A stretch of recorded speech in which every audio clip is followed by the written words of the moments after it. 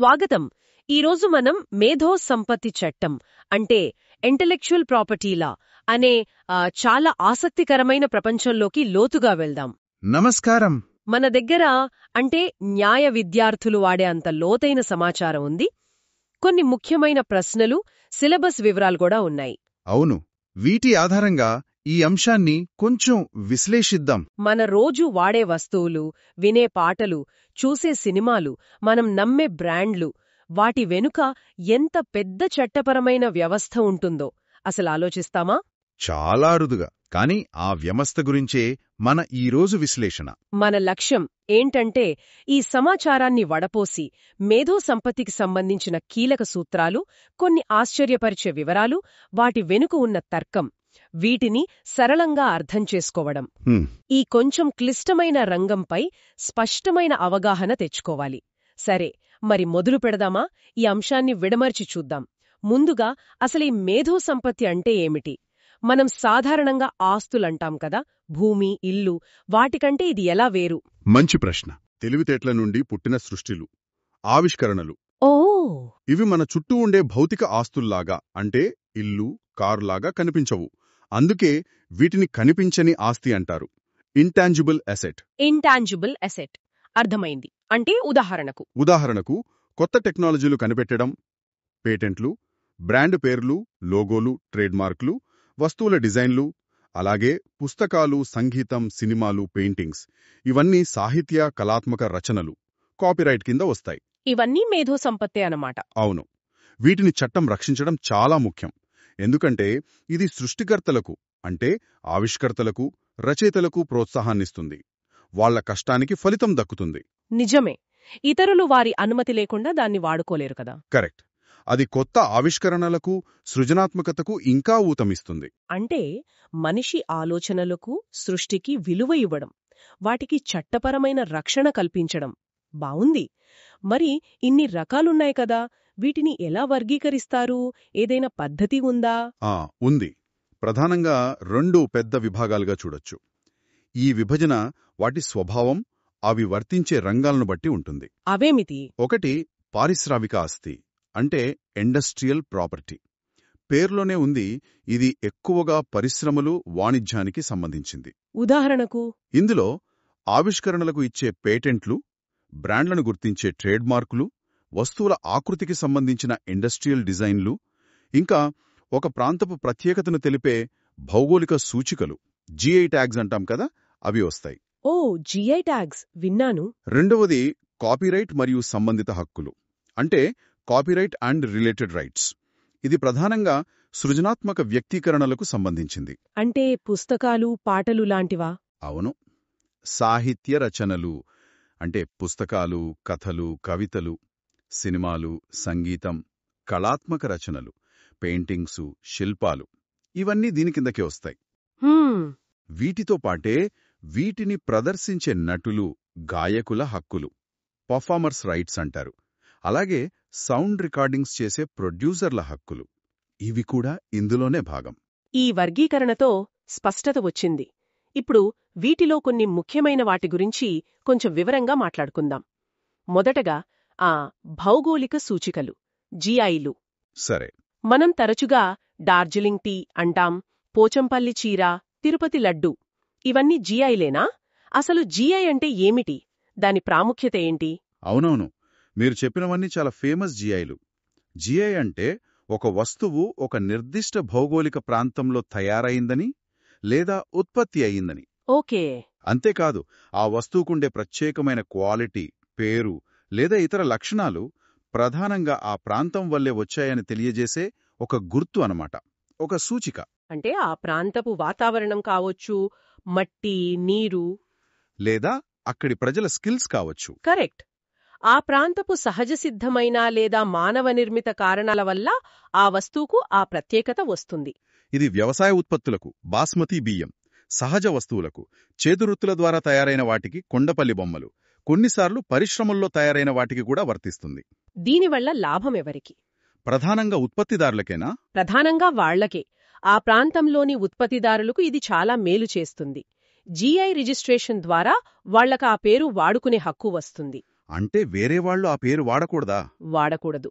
ఇతరులు అదే పేరును లేదా పోలిన పేరును వాడి నాణ్యత లేని వస్తువులను అమ్మి మోసం చేయకుండా ఇది అడ్డుకుంటుంది. ఓ, అది చాలా ముఖ్యం. అవును, ఇది వాళ్ళ ప్రాడక్ట్స్కి మంచి మార్కెట్ వాల్యూ, గుర్తింపు తెస్తుంది. వినియోగదారులకు కూడా లాభమే. ఎలా? జిఐ మార్క్ చూసి వాళ్ళు కొనే వస్తువు క్వాలిటీ, అది నిజంగా ఆ ప్రాంతానిదేనా అని నమ్మొచ్చు. కాంజీవరం చీరలు, కొల్హాపురీ చెప్పులు, ఆగ్రాపేట ఇవన్నీ ఆయా ప్రాంతాల వారసత్వాన్ని, క్వాలిటీని సూచిస్తాయి కదా.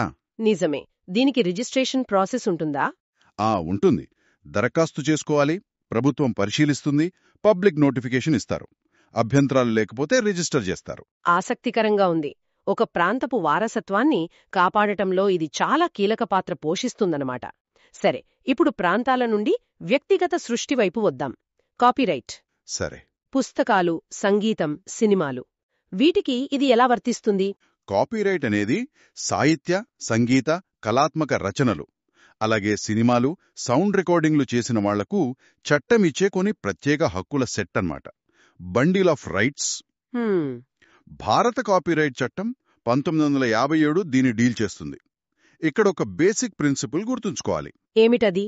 కాపీరైట్ అనేది ఒక ఐడియా యొక్క ఎక్స్ప్రెషన్ను, అంటే దాన్ని వ్యక్తం చేసిన రూపాన్ని రక్షిస్తుంది, కానీ ఆ ఐడియాను కాదు. ఇది చాలా ఇంట్రెస్టింగ్గా ఉంది. అంటే ఉదాహరణకు, ఒక ప్రేమ కథ అనే ఐడియాను ఎవరైనా తీసుకోవచ్చు. కాని ఒక రచయిత రాసిన నిర్దిష్ట ప్రేమ కథను, అందులోని డైలాగులను, క్యారెక్టర్లను, వాటిని యాజ్ ఇట్ ఈస్గా కాపీ కొట్టకూడదు, అంతేనా? సరిగ్గా చెప్పారు. మీరు రాజకుమారిని రాక్షసుడు ఎత్తుకుపోవడం అనే ఐడియాను వాడి సొంత కథ రాసుకోవచ్చు, కానీ వేరొకరు రాసిన కథలోని వాక్యాలను, వర్ణనలను కాపీ చేయకూడదు. క్లియర్. మరి ఈ కాపీరైట్ కింద సృష్టికర్తలకు ఎలాంటి హక్కులొస్తాయి? వీటిని ప్రధానంగా 2 రకాలుగా చూడొచ్చు. ఒకటి ఆర్థిక హక్కులు, ఎకనామిక్ రైట్స్. అంటే డబ్బుకు సంబంధించినవా? అవును. ఇవి సృష్టికర్త తన పని ద్వారా డబ్బు సంపాదించుకోవడానికి హెల్ప్ చేస్తాయి.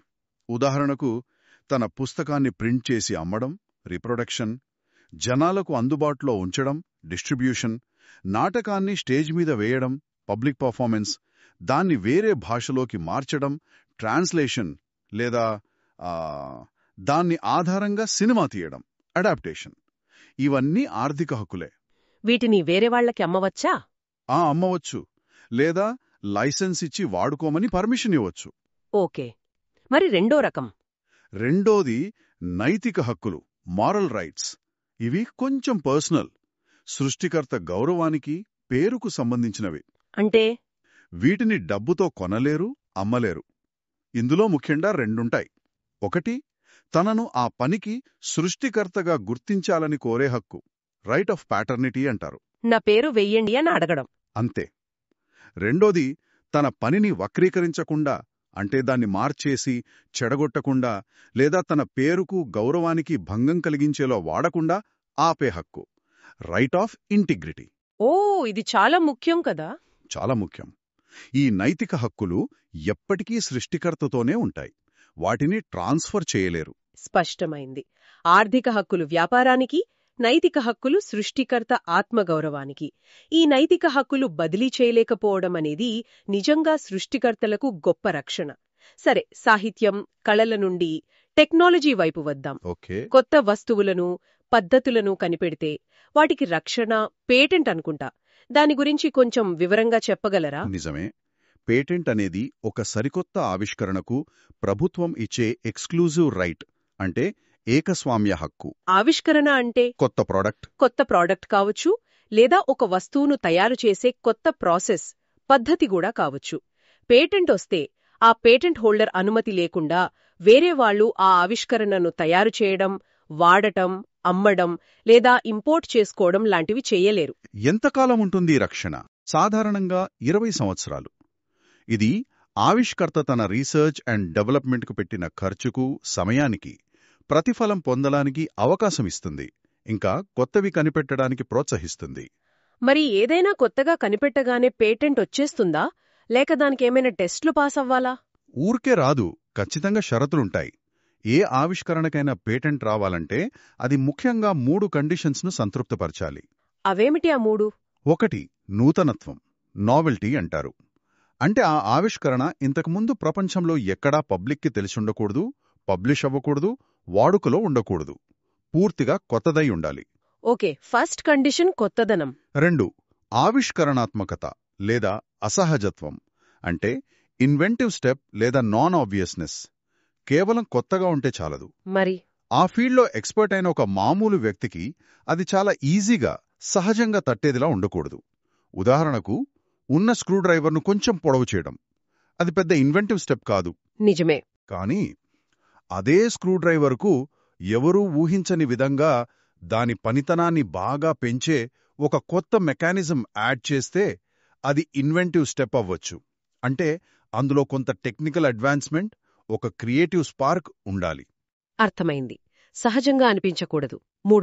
మూడోది పారిశ్రామిక వినియోగం, ఇండస్ట్రియల్ అప్లికేషన్.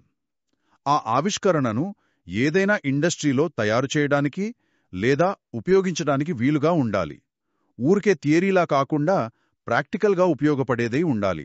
అంటే కొత్తగా, ఊహించని విధంగా ఉండి పరిశ్రమలకు ఉపయోగపడే ఆవిష్కరణలకే పేటెంట్ వస్తుంది. అయితే అన్నిటికీ పేటెంట్ ఇవ్వరని కూడా అంటారు కదా, కొన్ని మినహాయింపులున్నాయా? ఉన్నాయి. ఇది కూడా చాలా కీలకమైన విషయం. భారత పేటెంట్ చట్టం 1970లో సెక్షన్ 3 అని ఒకటుంది. అది కొన్ని విషయాలను అసలు ఆవిష్కరణలుగానే పరిగణించకూడదు అని చెబుతుంది. అవేంటివి ఉదాహరణకు? చాలా పెద్ద లిస్టే ఉంది.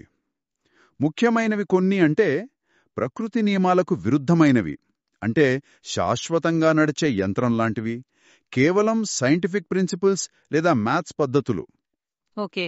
ప్రకృతిలో దొరికే వాటిని కనిపెట్టడం అంటే ఒక కొత్త చెట్టును కనుగొనడం లాంటిది. కాని దాన్ని వేరు చేసే ప్రాసెస్కు పేటెంట్ రావచ్చు. మనుష్యులకు, జంతువులకు చేసే సర్జరీలు, ట్రీట్మెంట్ పద్ధతులు.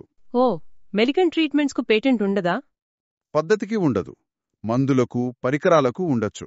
అలాగే మొక్కలు, జంతువులు, కొత్త మైక్రో ఆర్గానిజమ్స్కు మినహాయింపుంది.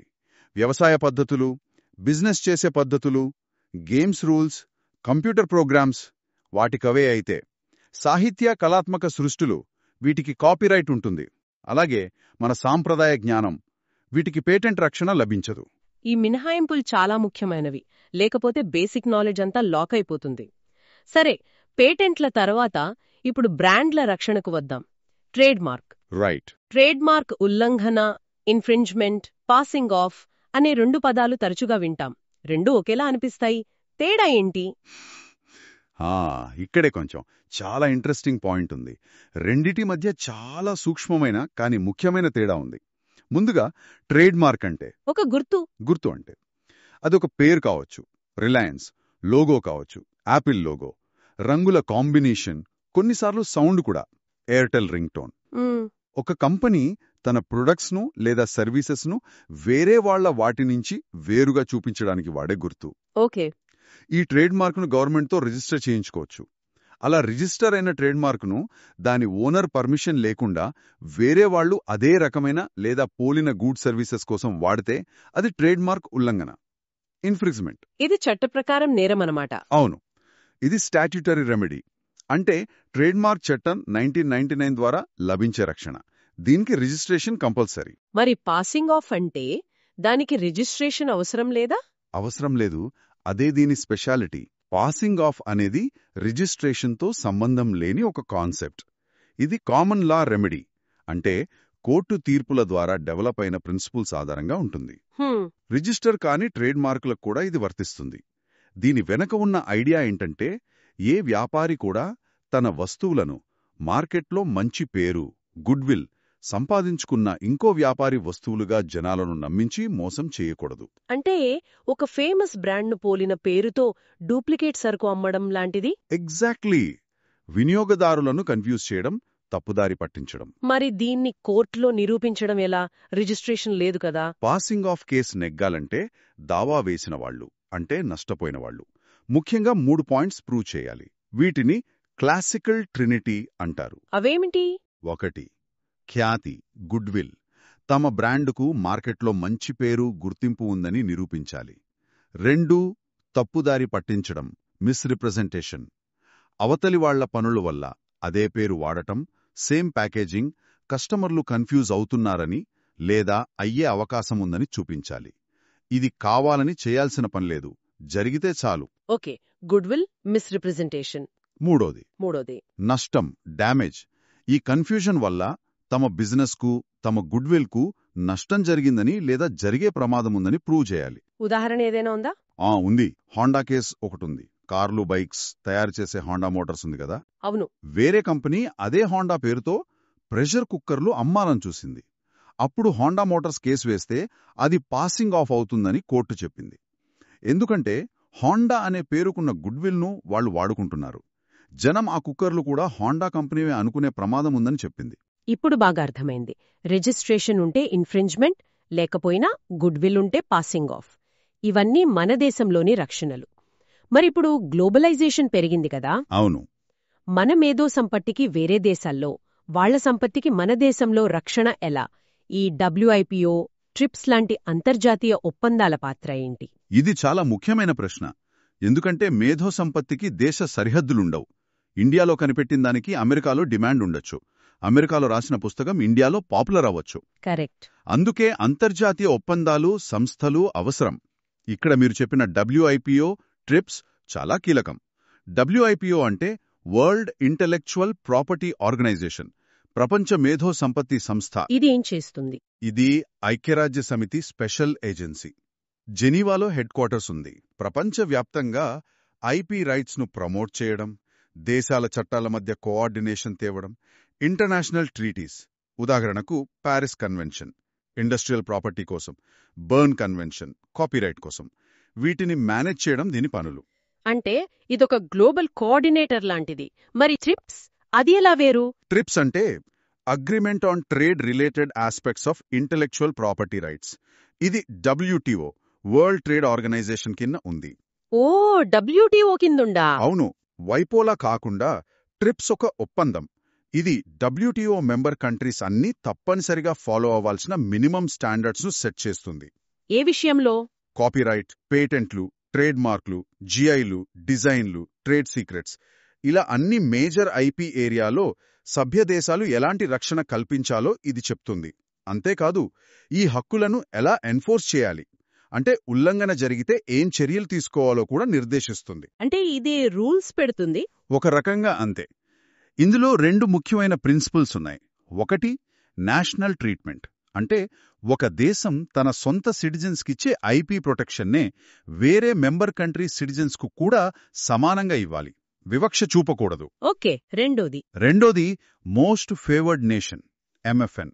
అంటే ఒక సభ్యదేశానికి ఏదైనా స్పెషల్ బెనిఫిట్ ఇస్తే అదే బెనిఫిట్ను వేరే తేడా చూపించకుండా మిగతా అన్ని సభ్యదేశాలకు కూడా ఇవ్వాలి. అంటే ఈ ఒప్పందాల వల్ల ఒక ఇండియన్ ఇన్వెంటర్కు అమెరికాలో, ఒక అమెరికన్ రైటర్కు ఇండియాలో రక్షణ దొరకడం ఈజీ అవుతుంది. ఖచ్చితంగా. ఇది గ్లోబల్ ట్రేడ్కు, ఇన్నోవేషన్కు చాలా ముఖ్యం. అవును. ఈ సూత్రాలు ఇప్పుడు కొన్ని స్పెసిఫిక్ ఇండియన్ కేసుల్లో ఎలా పనిచేస్తాయో చూద్దామా? ఉదాహరణకు కంప్యూటర్ ప్రోగ్రామ్స్, సాఫ్ట్వేర్, వీటిని ఎలా రక్షిస్తారు? Copyright, patent? ప్రస్తుతం ఇండియాలో కంప్యూటర్ ప్రోగ్రామ్స్ను బేసిక్గా కాపీరైట్ చట్టం కింద లిటరరీ వర్క్గా, అంటే సాహిత్య రచనగా చూస్తారు. సాహిత్య రచనగానా? అవును. అలా ట్రేడ్ చేసి కాపీరైట్ ప్రొటెక్షన్ ఇస్తారు. అంటే ఆ program source code, object code, దాని స్ట్రక్చర్, వీటిని కాపీ చేయకుండా కాపీరైట్ కాపాడుతుంది. మరి పేటెంట్ సంగతి? పేటెంట్ విషయానికొస్తే మన పేటెంట్ చట్టంలో సెక్షన్ 3K అని ఉంది. అది కేవలం కంప్యూటర్ ప్రోగ్రామ్ పర్సే లేదా ఆల్గారిథం లేదా మ్యాథ్స్ మెథడ్కు పేటెంట్ ఇవ్వకూడదు అని చెబుతుంది. అంటే సాఫ్ట్వేర్కు పేటెంట్ రాదా? డైరెక్ట్గా ప్రోగ్రామ్కు రాదు. కానీ ఆ సాఫ్ట్వేర్ ఏదైనా హార్డ్వేర్తో కలిసి పనిచేస్తూ ఒక టెక్నికల్ ప్రాబ్లంను సాల్వ్ చేస్తూ టెక్నికల్ ఎఫెక్ట్ లేదా టెక్నికల్ కాంట్రిబ్యూషన్ చూపించగలిగితే అప్పుడు పేటెంట్ వచ్చే అవకాశం ఉంది. ఇది కొంచెం complex issue, case by case చూస్తారు. ఓకే. యాజమాన్యం ఎవరిదుంటుంది? ప్రోగ్రామదా లేక కంపెనీదా? సాధారణంగా ఒక ఎంప్లాయీ తన జాబ్లో భాగంగా ప్రోగ్రాం రాస్తే, ప్రత్యేకంగా అగ్రిమెంట్ లేకపోతే ఆ కాపీరైట్కు యజమానే, కంపెనీ ఫస్ట్ ఓనర్ అవుతారు. సాఫ్ట్వేర్ రక్షణలో ఈ డ్యూయల్ నేచర్, కాపీరైట్, కొన్నిసార్లు పేటెంట్, ఆసక్తికరంగా ఉంది. సరే, ఇక సినిమాల విషయానికి వద్దాం. మనందరికీ దగ్గరైన టాపిక్. అవును. ఒక సినిమాలో పాట రాసిన కవికి, మ్యూజిక్ డైరెక్టర్కు, యాక్టర్కు ఆ క్రియేషన్పై హక్కులు ఎలా ఉంటాయి? సాధారణంగా ప్రొడ్యూసర్దే అంతా అంటారు, కాని క్రియేటర్స్ పరిస్థితి ఏంటి? ఇది కూడా కొంచెం కాంప్లికేటెడ్. ముఖ్యంగా 2012లో కాపీరైట్ చట్టాన్ని సవరించిన తర్వాత మార్పులొచ్చాయి. జనరల్ రూల్ ప్రకారం సెక్షన్ 17 ఒక వ్యక్తి ఎంప్లాయ్మెంట్ కాంట్రాక్ట్లో భాగంగా లేదా వేరొకరు డబ్బు ఇచ్చి పని చేయమని అడిగినప్పుడు, ఉదాహరణ ప్రొడ్యూసర్ పాట రాయమని కవిని అడగడం, అప్పుడు ఆ పనికి సంబంధించిన కాపీరైట్కు ఫస్ట్ ఓనర్ ఆ పని అప్పగించిన వ్యక్తే, అంటే ప్రొడ్యూసరే అవుతారు. ఇది పాటలకు, మ్యూజిక్కు, స్క్రిప్టుకు కూడా వర్తిస్తుంది. అంటే కవికి, మ్యూజిక్ డైరెక్టర్కు హక్కులుండవా? అంతా ప్రొడ్యూసర్కేనా? అక్కడే 2012 అమెండ్మెంట్స్ కీలకమైన మార్పు తెచ్చాయి. ఆ మార్పుల ప్రకారం సినిమాలో ఉన్న లిరిసిస్ట్, పాటల రచయిత, మ్యూజిక్ కంపోజర్, సంగీత దర్శకుడు వీళ్లకు కొన్ని స్పెషల్ రైట్స్ ఇచ్చారు. ఎలాంటివి? వాళ్ల పనిని సినిమా థియేటర్లో చూపించడం కాకుండా వేరే ఏ రూపంలో వాడినా, ఉదాహరణకు radio, TV, streaming, ring tones, సీడీలు ఇలా వాడినప్పుడు వాళ్లు రాయల్టీ పొందే హక్కును కలిగి ఉంటారు. ఓ, రాయల్టీ వస్తుందా? అవును, ఇది చాలా ముఖ్యమైన హక్కు. దీన్ని వాళ్లు వేరే వాళ్లకి ఇవ్వలేరు, వదులుకోలేరు కూడా. Non assignable right to receive royalties అంటారు. ఇది నిజంగా క్రియేటర్స్కు మంచి విషయం. మరి యాక్టర్స్, సింగర్స్? వాళ్లకి కూడా హక్కులున్నాయి. యాక్టర్స్, సింగర్స్, మ్యూజిషియన్స్ వీళ్లను పర్ఫార్మర్స్ అంటారు. వాళ్ల పర్ఫార్మెన్స్లపై వాళ్లకు పర్ఫార్మర్స్ రైట్స్ ఉంటాయి. Section 38, 38A.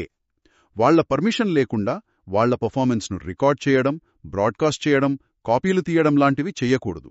వాళ్లకు కూడా మారల్ రైట్స్ ఉంటాయి. అంటే ప్రొడ్యూసర్ ఓనర్ అయినా క్రియేటర్స్కు, పర్ఫార్మర్స్కు కూడా ముఖ్యమైన హక్కులు ఉంటాయన్నమాట. ఖచ్చితంగా. 2012 సవరణలు ఆ దిశగా పెద్ద అడుగు. ఈ 2012 సవరణలు నిజంగా సృష్టికర్తలకు ఊరటనిచ్చి ఉంటాయి. మంచి ఏర్పాటు.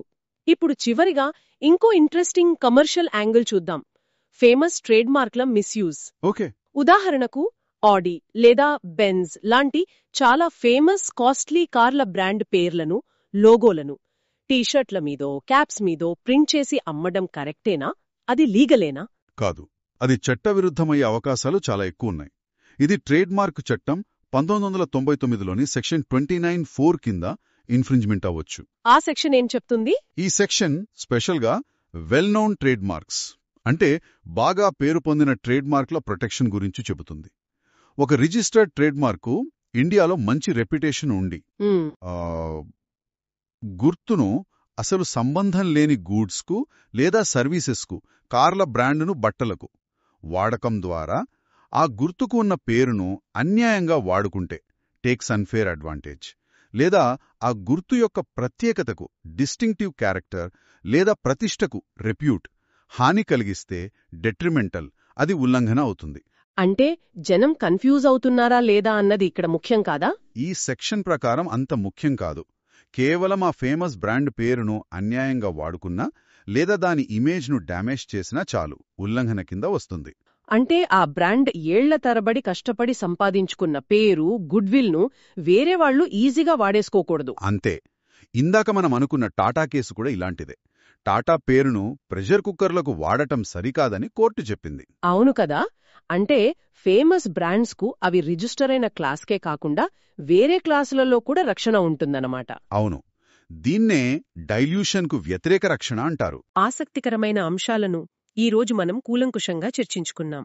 ఈ విశ్లేషణ మన దగ్గరున్న ఈ లా మెటీరియల్ ఆధారంగా కాపీరైట్, పేటెంట్, ట్రేడ్ మార్క్, జీఐల నుండి ఇంటర్నేషనల్ అగ్రిమెంట్స్, కొన్ని కేసులు, వీటన్నిటిపై మంచి స్పష్టత ఇచ్చిందని ఆశిస్తున్నాను. అవును. ఈ చర్చతో క్రియేటివిటీని, ఇన్నోవేషన్ను, బిజినెస్ రెప్యుటేషన్ను కాపాడుకోవడంలో ఐపీ రైట్స్ ఎంత ఇంపార్టెంటో అర్థమవుతుంది. ఇవి కేవలం క్రియేటర్స్కే కాదు కదా? కాదు. ఇవి వినియోగదారులకు కూడా చాలా ముఖ్యం. ఇక్కడ మనం గమనించాల్సిందేంటంటే, ఈ హక్కులు ఒకవైపు సృష్టిని ఎంకరేజ్ చేస్తూనే మరోవైపు మార్కెట్లో క్వాలిటీని, నమ్మకాన్ని, ట్రాన్స్పరెన్సీని పెంచుతాయి. నిజమే. ఒక బ్రాండ్ను చూసి ధైర్యంగా కొనగలగడం, ఒక పుస్తకం లేదా పాట అసలు సృష్టికర్త ఎవరో తెలుసుకోగలగడం, ఇవన్నీ ఈ చట్టాల వల్లే సాధ్యం. కరెక్ట్. సరే, ముగించే ముందు మన శ్రోతల ఆలోచనలను కొంచెం రేకెత్తించే ఒక ప్రశ్నతో ముగిద్దాం. తప్పకుండా. ఇప్పుడు ఆర్టిఫిషియల్ ఇంటెలిజెన్స్ ఏఐ చాలా వేగంగా డెవలప్ అవుతోంది కదా. అవును, ప్రతిరోజూ కొత్త విశేషాలు వింటున్నాం. అది సొంతంగా మ్యూజిక్ కంపోజ్ చేస్తోంది, పెయింటింగ్స్ వేస్తోంది, కొన్నిసార్లు కొత్త డిజైన్లు, ఆవిష్కరణలు కూడా చేస్తోంది అంటున్నారు. మరి ఒకవేళ ఏఐ స్వయంగా ఒక కళాఖండాన్ని సృష్టిస్తే లేదా ఒక కొత్త ఇన్వెన్షన్ చేస్తే దానికి ఐపీ రైట్స్ ఎవరికుంటాయి? హా, ఇది ప్రస్తుతం ప్రపంచవ్యాప్తంగా నడుస్తున్న పెద్ద చర్చ. ఆ ఏఐకేనా, దాన్ని తయారు చేసిన ప్రోగ్రామర్కా, దానికి ట్రైనింగ్ ఇచ్చిన డేటా ఓనర్లకా? అసలు ప్రస్తుత మన ఐపీ చట్టాలు ఈ కొత్త సవాళ్లను ఎదుర్కోవడానికి సిద్ధంగా ఉన్నాయా? ఆలోచించాల్సిన విషయమే. ప్రస్తుత చట్టాలు చాలా వరకు మనిషి సృష్టికర్త అనే భావన మీద ఆధారపడి ఉన్నాయి. ఏఐ సృష్టికి ఎవరు ఓనర్ అవుతారు, దానికి హక్కులు ఎలా వర్తిస్తాయి అనేది భవిష్యత్తులో మనం సమాధానం వెతకాల్సిన పెద్ద ప్రశ్న. అవును, దీని గురించి ఆలోచించండి. తదుపరి విశ్లేషణలో మళ్ళీ కలుద్దాం. తప్పకుండా.